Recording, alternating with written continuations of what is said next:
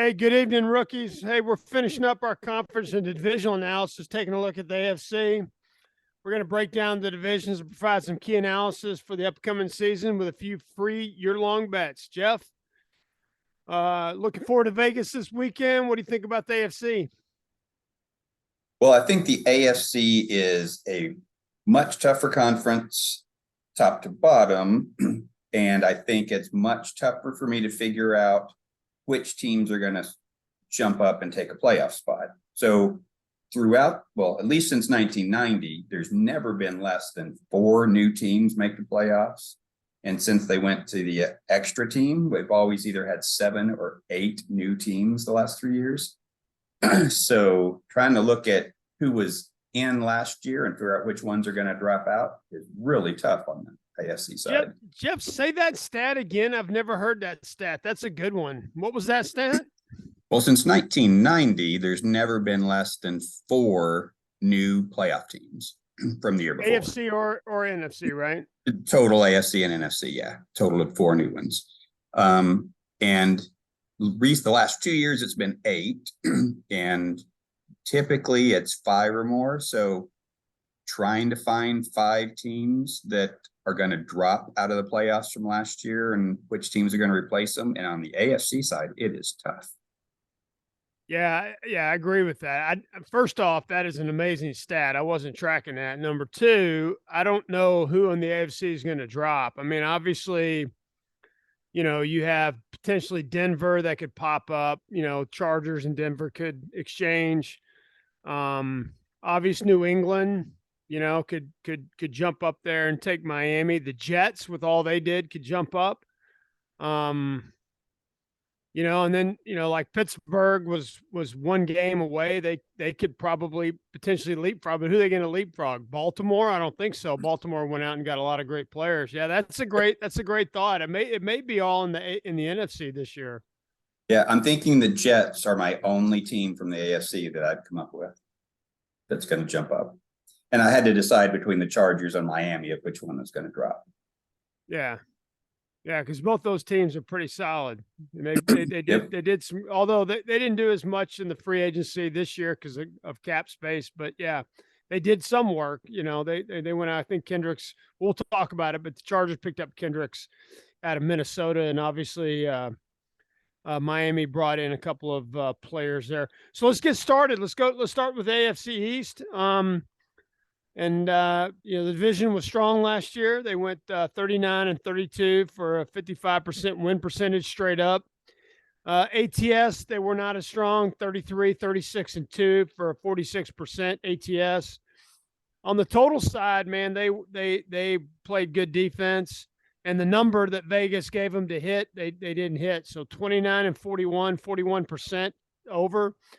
But if you again, the overs are if you take the under, you win. So then you'd have been way above the 52.4% to make some money just betting the division to go under. For 2023, the division clearly drew the short straw with the Pats having the most difficult strength of schedule in the NFL. Dolphins 3rd most, Bills 7th, and Jets 8th. Tough draw and something to consider when betting any teams early on in the division. Or, I know you're going with the Jets, but 8th isn't that tough. But if you're thinking the Pats are going to make a move, kind of tough to make a move with the toughest schedule in the NFL. Yep. Jeff, what are your initial thoughts on the AFC East? Pretty much just that. It's surprising to me, a combination of the toughest schedule for the Pats, and I just think they have the weakest quarterback, which I think drives so much in the NFL. So I got them and trailing this whole division, which is just weird, thinking we've still got Bill Belichick there. But this is going to be a really tough division again this year. Yeah, for sure. Let's take a look at the draft and free agency. Obviously these are based on the grades. I took a large swath of the grades, so maybe CBS graded him an A, but ESPN graded him a B or whatever. But this is generally how they graded out. So they gave the Bills the best draft class for 23. Adding Kincaid to Allen's aerial attack with Knox, another tight end. to team up with Diggs and Davis will definitely attack the middle of the field. Where Allen is not fearful to throw. I mean, that's the one thing about Josh Allen. He will run in the middle and he will throw in the middle, and that's been a big difference on why he's been so effective. He could also open up space on the outside for Diggs and the other speedsters that the Bills have. So it could be a big deal bringing in this tight end. They added some depth on the offensive line. Basically, the Pats went safe with their picks, added some needed additions to the stout defense that they have. But these are like second tier depth players. They're not going to come in and be an impact player right away. The Jets' decision to not shore up the offensive line and go with another edge rusher could hinder the pass protection for Rodgers, and that's kind of the dig on their draft.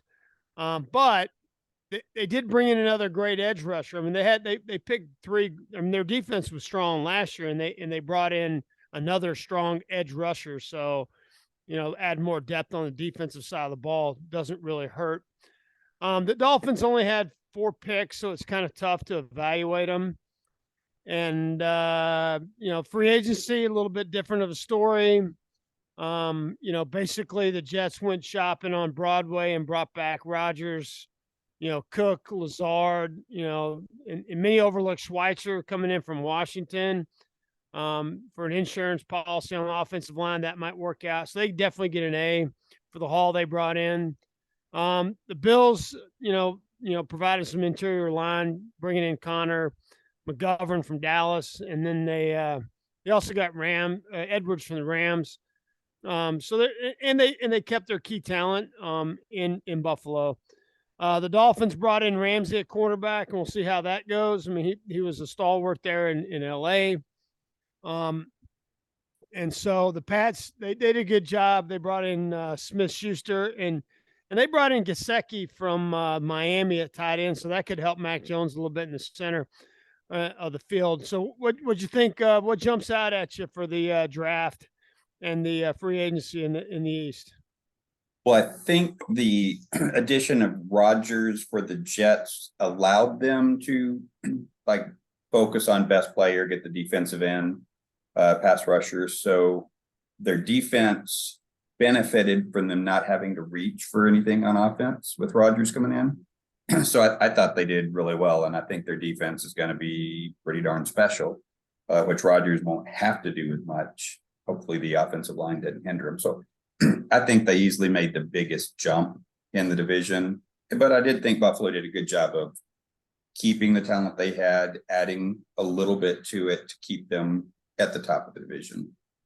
So you're looking at the Bills being at the top of the division with the moves they made?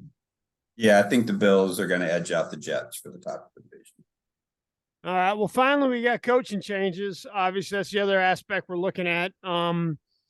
With Rodgers came Nathaniel Hackett, and then to the OC position there, the OC job there in New York. And then Bill O'Brien came on board as the OC for the Pats. Considering the Jets were 31st in offensive production and the Pats are 25th, these changes could be a real upgrade despite the difficult schedule and propel, this division, into a better spot. Your thoughts on the coaching changes? I didn't think it was a huge move the needle on either one. If one of them gets the nod, New England had to do something different on offense. Their co-offensive coordinator fiasco from last year was a joke. So I think this can only help to get a single voice in a Mac Jones. Now it'd be nice if they had a backup quarterback. But other than that, I think they improved their offensive side with bringing in a single coordinator with a new voice. All right. Just looking at the division, you're going with the Bills and the Jets. Overall, with the difficulty of schedule, feels like this division is going to eat its own. I feel like all the teams are going to be closer to 9-9 than winning 12 games. I do think the division will do well against the rest of the leagues. I think this will be one of the tougher divisions to beat. I think you're going to see a lot of unders. on these calls.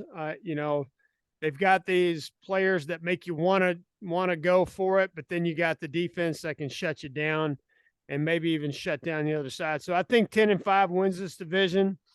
I'm not sure any of the teams are going to get to 11. And you know, I kind of like the Pats. I don't know why I like them this year. I think it's just I'm scared to vote against Belichick. He's had a couple of bad years, and I agree with you. The quarterback position is not great, but I think their defense is solid, and I think they're gonna win some games. And then obviously, I see the Bills also making the playoffs. And actually, I think this division you could see three, kind of like the NFC East last year with the Jets. So we'll just have to see how that plays out. All right, let's move on to the AFC North. Arguably the strongest division in the AFC, with all four teams potentially competing for the playoffs last year and this year, quite frankly. Last year's injuries hurt all teams, but Baltimore the most. The division was 40-31 for a 56% win percentage straight up. ATS, they were a lot better, 39-30-2 for a solid 55% win percentage. Total, you should have bet the under with this division. They went 28-41-3 for a 39% win percentage over. Vegas is going to adjust that down because if you'd have gone under, you'd have made a lot of money, worry-free mailbox money if you'd have gone under. Strength of schedule favors Pittsburgh as they have the 7th easiest schedule, followed by the Ravens at 17th, Browns at 19, and Bengals at 2. Jeff, what are your thoughts on the AFC North? I definitely could see three teams coming from this division. I think Baltimore has made the biggest additions, one being the health of the quarterback for hopefully a full season, and then the other people they brought in, I think they've made the biggest jump. So I assume they're going to be right at the top of this division. So you think they're going to outpace the Bengals? I've got them one game higher than the Bengals. I do think this calf injury for Burrow is going to get them off to a bit of a slow start. So I think Baltimore is going to edge them out this season. All right, let's take a look at their draft and free agency grades and the coaching changes. So the Steelers led the draft class, Navin Jones in the first round. And then in the second round, they got, Joy Porter Jr., which I think was a first-round talent in the second round at cornerback. He's going to come in with a chip on his shoulder, and he's going to play well. And then they finished off with Benton in the middle. A solid defensive lineman. So I feel like the Steelers got the best. The Ravens definitely helped out Jackson by drafting Flowers out of BC. Some analysts had him going as the number 2 wide receiver in the draft, going at number 18 is a steal. Solid draft for the Bengals. They addressed depth on the defensive side and some role players on offense, to kind of fill in for the players, Chase and Higgins and such. The Browns picks were sparse, but they did pick up Tillman in the third, adding some depth to the wide receiver core. Overall, solid draft of the division. Filled, free agency a little bit better. Most graders gave Baltimore a B. I give them an A, keeping Jackson. I mean, I think anytime you keep a franchise quarterback that was an MVP that can lead you the Super Bowl, you got to grade yourself an A, just getting him back on. They added Beckham, which will be interesting. Beckham can come back from that knee injury he had coming out of the Super Bowl with the Rams. I mean, that could be a difference maker because he's not going to be required to, be the number one wide receiver with Flowers, and then Bateman coming back off of injury as well. And obviously Mark Edwards is still there. He's really the number 1 target for Jackson anyway. So, I mean, now Beckham's your number 4 option. Well, he's going to beat the 4th guy on the defensive side, even if he doesn't come back 100%. He was that great of an athlete. So I like that pickup. Let's see, the Bengals continued improving along the O-line with Orlando Brown and Cody Ford. And then the Browns defense will be better with the addition of Smith and Orakawa and Tomlinson. And then, basically the Steelers just added some savvy veterans to both sides of the ball, which is a typical thing that Tomlin likes to do. Coaching wise, the Browns hired Jim Schwartz as the D coordinator, and then Baltimore brought in Todd Moinkin, and supposedly that's really going well for Baltimore. Lamar Jackson really likes him. He's given him a little bit more reign, and I think that's going to work really well for Jackson. Him coming out of Georgia as the offensive coordinator. I mean, Georgia was putting up points, won 2 national championships, so I think that might work. Jeff, what are your thoughts on the draft grades, free agency, and the coaching changes? So I like what all the teams did for agency and draft. I think they've all improved their teams a little bit. I think coaching changes, biggest one would be in Baltimore, because if Lamar Jackson can prove that he is an elite passer in addition to a runner, that really solidifies them at the top of the division. My biggest question, because I come back to quarterbacks so often, it's, what's the health of Burrow, and then how much is with a Cleveland quarterback going to bounce back? Deshaun Watson. Thank you. He's looked a little bit better this preseason, training camp and stuff, but he looked so bad at the end of last year. If he can get all the rust off and come back, I think they're the third team to make the playoffs out of this division. Yeah, so you're not trusting the Steelers with Pickett and that defense. So I hate to pick against Pittsburgh because Tomlinson is just such. I mean, he's always going to have you at 8 or 9 wins. He's just that good a coach. But quarterbacks, to me, there's such a big difference between Pickett and the other 3 quarterbacks here. Yeah, Jeff, Pittsburgh made me so much money last year when they were down, and I picked them to come back, and I won several weeks in a row with those guys. It is tough. It is tough to unseat Tomlinson from at least a 500 season. And I think his team's better. So I think he's going to outcoach. He's going to outcoach the rest of the league, or rest of the division for sure. Obviously, I think Cincinnati's got the talent.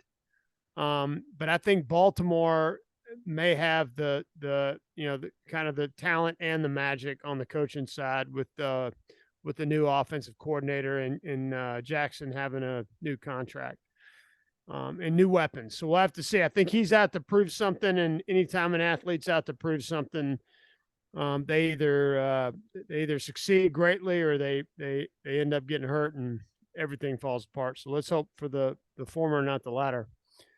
All right, let's move on. We're going to move on to the AFC South. Wow, this is a tough one. Tough to be in this division. So last year they went 24, 44, and 2 for a 32% win streak straight up. Let me just say that again. 32% of the wins came from that division. 70 odd games. Jacksonville got 10 of them, right? So that means everyone else was not. And so, these picks should have been anchors for every single parlay that everyone made last year. Just pick a couple of these teams straight up, and then, pick your other ones, and you'd had a better chance. ATS, they're a little bit better, mainly probably because Vegas just, gave the odds in their favor. They were 33, 35, and 2. Total-wise, you could count on this division going under almost every week, 28-42 at 40%. Strength of schedule, the Colts have the 3rd easiest schedule. The Texans draw the 9th. Titans the 13th, and the Jags the 15th easiest schedule. What are your views on the South, AFC, and their strength of schedule, Jeff? Well, I think the Jacksonville strength of schedule benefits so much by getting to play these other 3 teams. I think they're going to sweep the rest of the division, certainly boost up their win total. I see them lapping the field basically with it than the other three teams. I don't know what to do about these other three teams unless Vegas just puts some ridiculously high point spreads, and then I might take a flyer on one. Well, let's take a look at their draft grades. I think the draft grades are going to come down to which three quarterbacks taken end up performing best between CJ Stroud, the Colts got Richardson, and the Titans got Levy out of Kentucky in the second round. Ultimately, that's what's going to determine the draft grade. It'll be, in a couple of years, whenever we see these athletes, these quarterbacks, where they're at in their journey. So far, the Texans got an A. They shored up the offense and defense with two of the top 5 players in the draft. I feel like Anderson's a generational talent, much like Micah Parsons, much like Lawrence Taylor, much like Reggie White. I mean, I'm not comparing him to those athletes, but I think because he's a different type of athlete, he may be better than they are. I think he is gonna change the division, and he's gonna be a presence there for 12, 14 years for sure. The Colts get an A, but that reflects the Graders' preference to value athletes via best positional players available. The Colts went with the best athletes available, and we'll just have to see if that works out or not. The Graders were less enthusiastic on the Titans draft. They feel like Levy was probably overrated, and they felt like the Titans kind of stretched on a few picks. Free agency, the Texans added Woods and Singletary. So that Singletary goes with what was that, Pierce. So he'll be in the same kind of role that he was in Buffalo. And then they picked up Schultz at tight end, which I think was probably one of the best pickups in free agency. It's going to give CJ Stroud that kind of that guy that can get open in the middle. But they lost Cooks and Addison on the defensive side. Cooks obviously on the offensive side. The Colts lost Gilmore and didn't add much, so their grade was pretty bad. The Jags really didn't add much. They added Johnson and Wells, but just kind of role players at this point. Finally, Titans lost 3 offensive linemen. So it almost feels like the Titans are in a rebuild, right? Even though they're not that bad of a team, they did add some defensive depth. Overall, I feel like the bad teams didn't get much better, and the better teams stayed about the same. So I feel like the division is going to be right there where it was last year. What are your thoughts, Jeff? Yeah, I think Tennessee definitely took a step back. Unless Richardson is more ready to play than I think Indianapolis took a step back. So I think Jacksonville and Houston stayed about where they are. Houston improved a little bit, but it's going to be similar to last season for this division. Yeah, so I don't know what's the status on Jonathan Taylor. Is he going to play this year? Or is he going to sit out? Well, he has to be out the first 4 games since they put him on PUP, so he won't start the season. And basically, that I don't see any way that he plays for Indianapolis this year. If they find a trading partner before the trade deadline, then he might come in, but I don't see him ever playing for the Colts again. Yeah, this is the year of discontent at the running back position. And Taylor is just one of those guys who's just not happy, So in some ways, I think Jacksonville and Houston's mentality is of kind of platooning running backs might work out better. Although it's kind of hard to think that King Henry is not going to continue to produce there for the Titans, but is he going to have any help? That's the question. Yeah, that offensive line is not going to do him any favors, and he's not getting younger, so he's got to slow down at some point. Yeah. Well, let's take a look at the coaching carousel in AFC South, as they had a lot of changes. So Ryan's comes over from San Francisco and takes the helm as the head coach there in Houston, obviously. And he brought in Solwick as his offensive coordinator. The Titans change out their OC and bring in Tim Kelly. The Colts hire, obviously, the former offensive coordinator out of the Eagles, Steichen, and then he brings in offensive coordinator Jim Bob Cooter. And finally, the only team that didn't see a change was the Jags, and they changed out all last year. And given their defensive meltdown in the playoffs, questions kind of remain at the on the defensive side for Jacksonville. Jeff, just to sum up, any thoughts on the coaches, and is that going to make a difference in this division going forward? And obviously, you've already kind of laid out you think the Jags, but I mean, do we have any 2-15 teams here? Do we think? I think you've got possibility in Indianapolis. Yeah, Richardson's going to have a lot on his plate with no Taylor and not a very talented roster, so it could go really badly for Indianapolis. Tennessee, I think, is going to take a small step back, but they've got some veterans that are good. I think they'll get close to pushing for 500, won't make it. Houston, that's the one team that might surprise me and come up a little bit more than I would normally think, just looking at my numbers from last year's spreadsheet. But I still think it's Jacksonville. 2 years with the same coaching staff.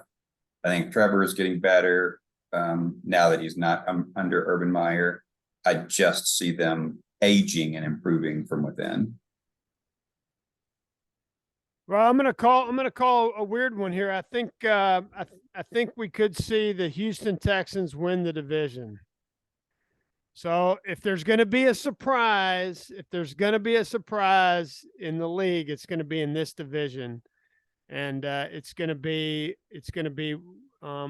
Houston jumping up and nabbing that spot, because I do think there's weakness both in the Titans and the Colts.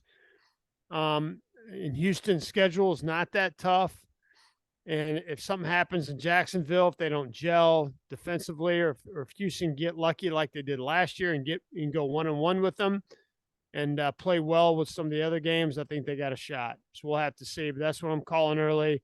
I'm gonna throw a little juice on that one, probably a quarter unit there on the Houston Texans to win the division. You heard it here. It's pretty good odds on that one. So yeah, that would be worth throwing some money on it. Yeah. All right. Well, let's go over to the AFC West and finish up the AFC. We got a tale of two divisions, with the Chiefs winning the Super Bowl and the Chargers getting past the first round of the playoffs.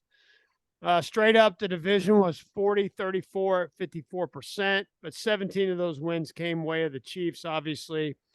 ATS was back down to normal, 35-36-1 at a 49% win percent. Totals, again, this division went under 31-40-1.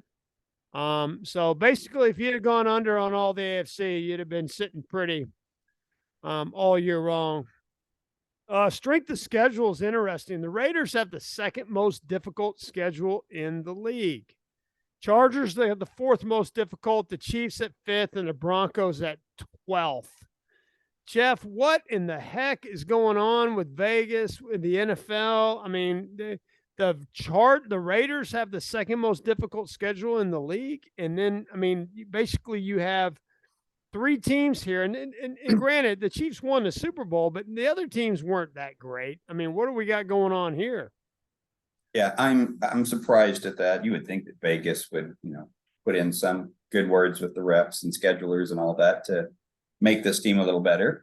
But I thought Jimmy Garoppolo might have some success there, just a change of scenery again. But I really don't see that they've added enough, and that schedule is going to be too tough. I don't see them being one of my teams to jump in and make the playoffs. Yeah, it was second toughest strength of schedule, and not really, not really making the improvements. I don't see them. But is this a setup, Jeff? I mean, are we being set up to bet against them, and then they cover, 13? They pull off a Detroit Lions from last year. Well, the Lions like 13-4 or something against the spread, some ridiculous number. It was good. I don't remember the numbers. Yeah, I'll have to look for those for our Saturday podcast from Vegas. But Now they were good, and I guess I could maybe see it. I would probably lean more towards Denver making a move up than the Raiders. Okay. All right. Well, let's take a look at their draft grades and the free agency. So, draft grades were poor for the division. Obviously, the Raiders received C's. Tyree Wilson will kind of provide some edge rusher pressure opposite Cosby. So he came out of Texas Tech. You probably remember him. Pretty good ball player. So that's a pretty good pick. But then some of the other ones, they didn't really hit. But if you notice, this division went after edge rushers, and there's a good reason why, right? Because you got Mahomes, Herbert, and Wilson, and Jimmy G, right? So you got to bring the pressure at on the quarterback position. Mayer out of Notre Dame at tight end, I think it was a second round pick, and that could give some Jimmy G some ability to attack the middle. I like the Chargers selection of Johnson in the first round, and then they went for Thule from USC to provide some edge rush depth to Bosa and Mack. I think that was a good pickup. He's a good ball player. Denver, they did not really address the needs in the draft, so they kind of went with the best player available. I don't know about that strategy, quite frankly. Sometimes you end up with 3 or 4 players in a position that don't mean as much, to what you really needed. The Chiefs had a solid draft considering they won the Super Bowl. They got an edge rusher in the first round. And then I like that kid Rice out of SMU. I think he played at North Richland Hills. I think he's going to be a good player in that offense. So we'll see. We'll see after this first game if he was able to produce. Free agent wise, the graders like the Broncos, and everyone else got a B or B minus. Obviously, I think the Chiefs probably really deserve a C because they lost Orlando Brown, Smith-Schuster, and Hardman. I think those are going to be players that they're going to miss, especially Orlando Brown, not just on the field, but on protecting Mahomes, but really in the locker room, just providing that kind of that kind of maturity and stableness in the locker room that he provides, as well as Smith-Schuster and Hardman. I mean, they were veterans, so losing those guys I don't think was great. The Broncos re-signed some key defensive players, both on offense and defense, and the Chargers added some depth at linebacker by bringing in Kendricks from Minnesota, and they re-signed their offensive lineman unlike Buffalo did. So if we see the Chargers in the playoffs and the Bills are kind of struggling, then that offensive line is important. Jeff, what are your thoughts on free agency and the draft grades for this division? Well, the offensive line for the Chargers is a key for me because not only did they, keep everybody, they get Slater back from injury, who was one of the best offensive linemen in the league when he got hurt. So I could see them drastically improving their offensive line this year, and talk about coaching in a minute, but changing the offense could really, light up the scoreboard. I'm not sure on that, but I could see it. As far as Denver, I think they did a pretty good job in the draft and free agency, but then they've had some key injuries that have offset that, especially to receivers. So I just can't give them really much of a boost personnel-wise from last year. And then finally with Kansas City, it's just going to be, can they get in Jones off the contract dispute, and when does Kelsey get healthy? Those are the keys for me for the season. All right, so Jeff, I did not check this before this podcast, but I'm telling you, Rice has got 3 targets, 29 yards, and a touchdown. Not Nice. Bad for a second-round pick at SMU, and you heard it here, rookies. This is the kind of analysis you get. This is the kind, and we're not a fantasy podcast. We just know football players, and we know what good ones are going to produce, and he's going to be a good one for that team. Good immediate feedback. Throw that out there, Jeff. Yep, absolutely. Yeah, they're up 14-7 right now, Chiefs. All right, well, let's take a look at the coaching impacts before we finish up for the night. So obviously the Broncos brought in head coach Sean Payton. That's a big one, and he brought in his offensive coordinator Joe Lombardi, which could, the Denver's offense was so bad last year. They were an under machine. They just could not get over the total. So anything's going to be better under Joe Lombardi and Sean Payton than it was last year. The Chiefs lost Eric Bieniemy. We talked about that on Tuesday with the NFC. I thought the world of that guy. I still do. I think he's going to do great in Washington. I can't wait till he becomes a head football coach. I'm not sure about Matt Nagy, but I don't think it's going to matter because Andy Reid's there, and Andy Reid's is calling the plays on offense anyway. And then the Chargers snagged Kellen Moore after Dallas let him go. So actually, there's quite a bit of churn here on the coaching side. What are your thoughts on that for the division, Jeff? I do think the coaching changes here are big deals.